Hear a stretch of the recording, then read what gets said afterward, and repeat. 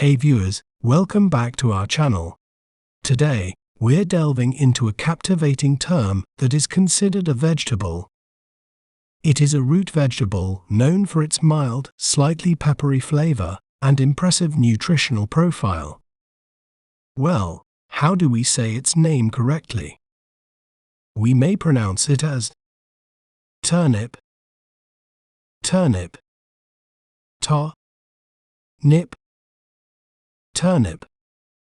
Turnips are cultivated most in countries like China, Russia, and the United States, where they grow well in cool climates.